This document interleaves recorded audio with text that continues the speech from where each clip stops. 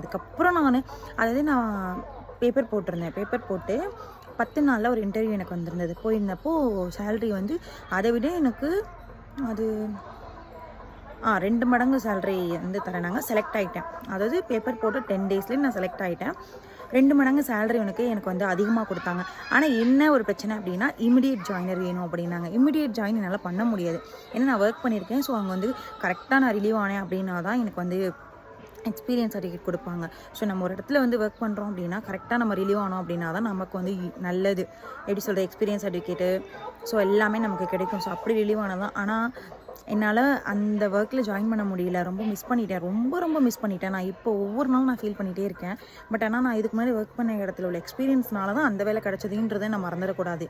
அதனால் ஆனால் கிடைக்கல. அதுக்கப்புறம் நான் ரிலீவ் ஆனதுக்கப்புறம் நானும் எவ்வளோ டைம் போய் பார்த்தேன். இன்டர்வியூ கால் பண்ணல. எடுக்கல. அதாவது